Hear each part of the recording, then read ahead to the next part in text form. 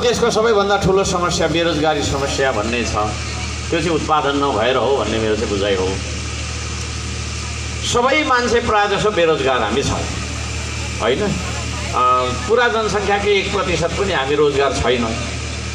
अब सबै देशै बेरोजगार भइराखेको बेलामा त्यो बेरोजगारीलाई घटाउनका लागि रोजगारदाता र रोजगार खोज्ने मान्छे, जब प्रोभाइडर र जब सिकर भन्छ इङ्ग्लिसमा, त्यो दुईवटा खालका मान्छेहरूलाई एक ठाउँमा ल्याएर भेला गरिदिने र यसरी चाहिँ विभिन्न स्टल थापेर अब यो जस्तै स्टलमा जाँदाखेरि उहाँको के हो त, के रोजगारी त्यहाँनिर पाइनेछ त भन्ने बारेमा त्यहाँबाट चाहिँ हामीले जानकारी लियौँ।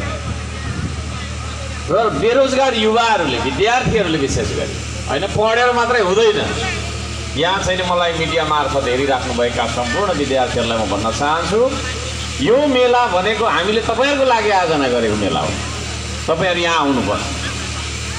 यो स्टलहरूमा सोध्नुहोस्, तपाईँहरूले त्यो स्टलमा के रोजगारीको पोका लिएर आउनु भएको छ, त्यहाँ केही कुरा पोका लिएर आउनु भएको छ, त्यहाँ आएर सोध्नुहोस्। त्यो पल्लोमा जानुहोस्, 2 नम्बरमा है रोजगारीको पोका छ, त्यहाँ के खालको रोजगारीको पोका हो त्यो त्यहाँ सोध्नुहोस्। र विभिन्न स्टलहरूमा रोजगारीका चाहिँ भेकेन्सीका लिस्टहरू छन्। ती लिस्टहरूमा तपाईँको क्वालिफिकेसनलाई म्याच गर्ने, तपाईँको योग्यतालाई म्याच गर्ने, सुहाउने खालको चाहिँ नि रोजगारी छ भने तपाईँले त्यहाँ एप्लाई गर्नुपर्छ र तपाईँले चाहिँ नि रोजगार बन्न पाउनुपर्छ, रोजगार बन्नुपर्छ। अब म बेरोजगार छु भनेर घरमा बसिराखेर घरमा चाहिँ नि कोही पनि मान्छे आउँदैन। तपाईँलाई बेरोजगार हुनुभएछ, तपाईँले यति पढ्नु भएको छ, तपाईँसँग यो ज्ञान सिप रहेछ, ल आउनु पर्यो मेरोमा काम गर्नु भनेर कोही पनि रोजगारदाता तपाईँको घर दैलोमा आउँदैन। तपाईँले रोजगारी खोज्ने हो।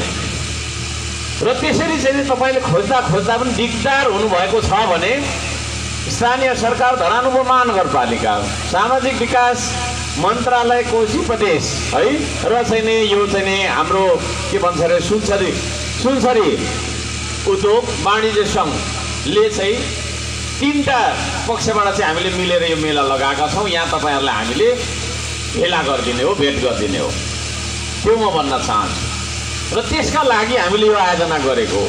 सुन्दाखेरि अनौठो छ, रोटेपिङ पनि छैन, केही खेल तमासा केही पनि छैन, मेला भनेको छ भन्ने किसिमले हामीले बुझ्नु पाएन।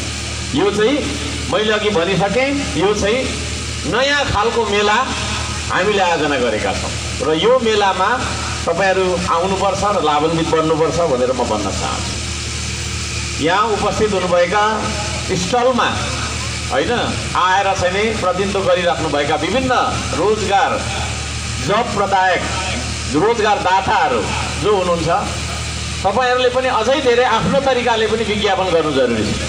अहिले हामी सबैजनाले चाहिँ नि सामाजिक सञ्जाल प्रयोग गर्छौँ। त्यो फेसबुकमा होइन नाचेर देखाउनका लागि, टिकटकमा नाचेर देखाउनका लागि मात्रै चाहिँ नि हामीले प्रयोग गर्नु हुँदैन।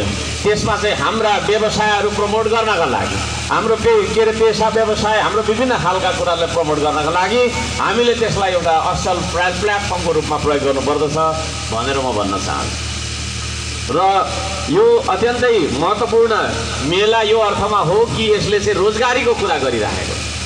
सधैँ हामी मेलामा रमाइलोको कुरा मात्रै गर्छौँ, खाने पिउने नाच्ने मात्रै भने यो मेलामा चाहिँ हामीले रोजगार बन्ने, रोजगारी कहाँ छन्, कस्ता रहेछन्, कति सङ्ख्यामा छन्, त्यहाँनिर चाहिँ हामीले कसरी एप्लाई गर्नुपर्ने भन्नेदेखि लिएर विभिन्न खालका ज्ञान चाहिँ हामीले आदान प्रदान गर्ने एउटा चाहिँ नि होइन पोइन्ट अफ कन्ट्याक्टको रूपमा चाहिँ यो मेला आयोजना भएको म यहाँहरू सम्पूर्णलाई जानकारी गराउन चाहन्छु। अब अघि भर्खर 2 हुल विद्यार्थी मैले देखेको थिएँ, त्यहाँदेखि उता चाहिँ देखिनँ। धेरै घाम भएर पनि होला, अब मौसम यस्तै छ होइन, घामले धेरै पोल्छ भने पनि होला। तर हामी नेपालीहरू सर्वदा अल्छी छौँ मात्रै हुँदैन, म त्यो भन्न चाहन्छु। यदि विद्यार्थी अल्छी छ भने होइन त्यो विद्यार्थीले गरी खाँदैन। तपाईँले जतिवटा डिग्री हासिल गर्नुहोस् तर तपाईँ घरबाट हिँडेर विद्यालयसम्म जान पनि सक्नुहुन्न भने तपाईँले गरी खान सक्नुहुन्न। तपाईँ जस्तो विद्यार्थीबाट यो देशले केही पनि आशा गर्न सक्दैन। त्यसो भएको कारणले म सम्पूर्ण विद्यार्थीहरूलाई पनि भन्न चाहन्छु, बी हार्ड वर्किङ है, बी हार्ड वर्किङ। सामाजिक विकास मन्त्रालयबाट हाम्रो मन्त्रीज्यू लगायतका चाहिँ कर्मचारीको टोली यहाँ आउनुभएको छ। है। समाज भन्ने बित्तिकै अत्यन्तै ठुलो अवधारणा हो त्यो। यो त देशभन्दा पनि ठुलो भन्छु म चाहिँ, किनभने हाम्रो नेपाली समाज सिक्किमसम्म छ है, मेचीमै छ बोर्डर, तर समाज भनेको चाहिँ त्यो चाहिँ बोर्डरलेस अवधारणा हो। यति ठुलो मन्त्रालयमा चाहिँ हाम्रो चाहिँ मन्त्रीजी हुनुहुन्छ, विषयवस्तु थुप्रै छ उहाँको है। म धरान उपमहानगरपालिका एउटा सानो ठाउँको नेतृत्व हुँ, मेरो त विषयवस्तु कति छ भने उहाँको पनि थुप्रै विषयवस्तु छ। त्यसमध्ये एउटा विषयवस्तु मैले उहाँलाई ध्यान आकर्षण के गराउन चाहेँ भने आजको मञ्चबाट यो सडक मानवलाई सडकमा चाहिँ त केटाकेटीदेखि लिएर होइन ठुला बुढो भइसकेको मान्छेहरू पनि हुन त अब मानसिक सन्तुलन अलिक गुमेरै सडकमा आउँदो रहेछन्। त्यस्ता सडक मानवको समस्या चाहिँ प्रदेशमा रहेको छ, त्यो चाहिँ धरानमा पनि धेरै रहेको छ। म सबैजनालाई भन्न चाहन्छु, यता व्यवसायीहरूलाई पनि, धराने जनता चाहिँ धरानको मान्छे चाहिँ दयालु छन्, त्यतै पठाइदिनु भनेर चाहिँ गाडी चढाएर त्यस्ता चाहिँ यसो हेर्दाखेरि भनौँ न त्यो खालको देखिने मान्छेहरूलाई धरान नपठाइदिनु होला। धरान जाऊ, धरान उतै मागेर खाऊ भनेर कति चाहिँ धरान पठाइदिएको, उता बिहारतिरबाट पनि गाडी मान्छेहरू धरानमा माग्न आएको भन्ने कुराहरू पनि छ। यो कुरालाई रोक्नका लागि पनि मन्त्रालयले होइन उचित सामाजिक साथै कानुनी मापदण्डहरू निजस अपनाओस् भन्ने अनुरोध म माननीयज्यूलाई गर्न चाहन्छु। र यो सडक मानवलाई व्यवस्थापन गर्नका लागि हामीलाई चाहिँ आर्थिक रूपमा हुन्छ या नीतिगत रूपमा विभिन्न तरिकाले हामीलाई सहयोग गर्नेछ भन्ने कुरामा म विश्वास व्यक्त गर्न चाहन्छु। यतिखेर शिक्षकहरूको आन्दोलन चलिरहेको छ है, अचम्म लाग्छ अब के गर्ने, खोइ अब मेयरहरूको पनि आन्दोलन गर्नु पर्यो भने फोन घुमाउँदैछु म पनि, तर धेरै छुइनँ, थोरै हुन्छु, पताउँदैन होला। भन्नुको मतलब आन्दोलन जता हेऱ्यो आन्दोलन पनि धेरै नगरौँ धेरै आन्दोलनमा भन्न चाहन्छु सम्पूर्ण शिक्षकहरूलाई पनि। विद्यार्थीहरूले दुःख पाइसके, हिजो मात्र एउटा मैले निर्णय गरेको छु, लोकप्रिय भनोस् या जेसुकै भनोस्, संस्थागत विद्यालयहरूको परीक्षा हुन्छ, सामुदायिक विद्यालयहरूको परीक्षा चाहिँ 8 कक्षाको परीक्षाको कुरा गर्दैछु।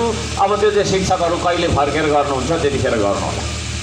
दुई खालको प्रश्नपत्र दिनुपर्ने भयो, किनभने अब अनिश्चितकालीन बन्द छ, अनिश्चितकालीन तपाईँको चाहिँ होइन शिक्षक आन्दोलन भएको कारणले गर्दाखेरि संस्थागत विद्यालयमा पढिराख्ने विद्यार्थीहरू पनि धरानी जनता नेपाली जनताकै चाहिँ छोराछोरी हुन्, उनीहरूको चाहिँ भविष्यमाथि खेलवाड गर्न पाइँदैन भन्ने एउटा आवाज पनि छ र त्यो आवाजलाई मैले सम्बोधन गर्दै आएको। म यहाँहरू सम्पूर्णलाई भन्न चाहन्छु, अब यो सरकारसँग धेरै आशा पनि नगर्नुहोस् है। सानो सरकार म पनि चलाउँछु, पैसै छैन, केले सम्बोधन गर्ने। अब यो अर्थमा छैन फेरि के बोल्यो यो मान्छेले, बोल्नु नहुने कुरा छैन, शिक्षा आफ्नो क्षेत्राधिकार बाहिर गएर बोल्यो भनेर पनि भन्नु होला होइन। तर यथार्थ त्यही हो, सरकारले पनि अलि लचिलो ढङ्गले आन्दोलनमा रहेका छैन शिक्षकहरूसँग वार्ता गर्नुपर्छ। अहिले सम्बोधन गर्नुपर्ने कुरा छैन होला, तर एउटा चाहिँ मिति राखेर यतिखेरसम्म हामी यो गर्छौँ भनेर एउटा मिठो आश्वासन दियो भनेदेखि पक्कै पनि शिक्षकहरू आन्दोलित हुनुहुन्न थियो होला भन्ने पनि मलाई लाग्छ। र शिक्षकहरूले पनि मेरो गोरुको 12% भन्ने किसिमले आन्दोलन गर्नु हुँदैन। लाखौँ लाख करोडौँ विद्यार्थीहरूको भविष्यमाथि तपाईँको चाहिँ नि त्यो खालको चाहिँ अनिश्चितकालीन खेलवाड गर्न सरकारले पनि पाउँदैन, शिक्षकहरूले पनि पाउँदैन। म त्यो भन्न चाहन्छु। अब धेरै कुरा के गर्ने, श्रमको कुरा छ, रोजगारीको कुरा छ है। रोजगारी भन्ने बित्तिकै उत्पादनसँग जोडिन्छ। अब यहाँ प्रत्येक स्टलमा देखिन्छ उहाँहरूसँग पैसा बिट्टाको बिट्टा भएको बोरामा पैसा लिएर चाहिँ नि होइन बाँड्न आउनु भएको होइन। उहाँहरू एउटा उद्यमी हुनुहुन्छ होइन, एउटा सानो भए पनि उद्योग चलाइराख्नु भएको उद्योगी होला, व्यवसायी होला। उहाँहरूको व्यवसायलाई चाहिँ उहाँले सञ्चालन गर्नका लागि उहाँहरूलाई म्यान पावरको खाँचो छ। त्यो म्यान पावर भन्ने बित्तिकै काम गर्ने कुरासँग के अरे चाहिँ तपाईँको सम्बन्ध राख्छ। हामी श्रमदेखि टाढो भाग्छौँ, काम गर्न मन पराउँदैनौँ, पसिना बगाउने बित्तिकै अफ भइहाल्छ, हामीलाई माटो छुने बित्तिकै घिन लागिहाल्छ, हिलोमा पस्नदेखि हामीलाई घिन लागिहाल्छ भने हामीले उत्पादन कहिले पनि गर्न सक्दैनौँ। जति नै भाषण गरौँ हुनेवाला केही पनि छैन।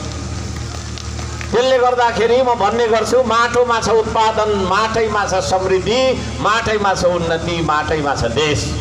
त्यो माटोलाई बुझ्न सकौँ हामीले है। त्यसले गर्दाखेरि म सबैलाई भन्न चाहन्छु, श्रम भन्ने बित्तिकै माटो छुने कृत्य हो बेसिकली बुझ्दाखेरि।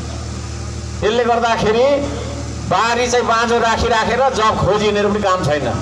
यदि हामी किसान छौँ भने अथवा हाम्रो चाहिँ खेतबारी बाँझै छ भने त्यतातिर कोटाउन थाल्नु, त्यो जब खोज्नुभन्दा ठुलो कुरो त्यो हो। म त्यो पनि भन्न चाहन्छु, अब खेतीबारी छैन भने चाहिँ हामीले जब खोज्नुपर्छ होला। जब भन्ने बित्तिकै, रोजगारी भन्ने बित्तिकै, उत्पादन भन्ने बित्तिकै माटो छुने कृत्यसँग चाहिँ सरोकार राख्छ त्यसले। त्यसो भएको कारणले माटो नछोइकन म रोजगार बन्छु, देशलाई समृद्धितर्फ लैजान्छु भनेर चाहिँ भन्छौँ भने त्यो दिवस सपना मात्रै हो, जुन कहिले पुरा हुनेवाला छैन। म सबैजनालाई त्यो अर्थमा यो अवसरमा श्रम गरौँ, श्रमदान गरेर यो देशलाई बनाउनुपर्छ भन्ने पनि म भन्न चाहन्छु। यहाँहरू सबैजनालाई हार्दिक शुभकामना दिन चाहन्छु। अब यहाँनिर चाहिँ पूर्व वक्ताजीहरूले एउटा ध्यानाकर्षण पनि मलाई गराउनु भएको छ, सल्लाह पनि दिनुभएको छ, मैले यसरी लिएको छु होइन। यद्यपि हामी विभिन्न राजनीतिक आस्थामा छौँ।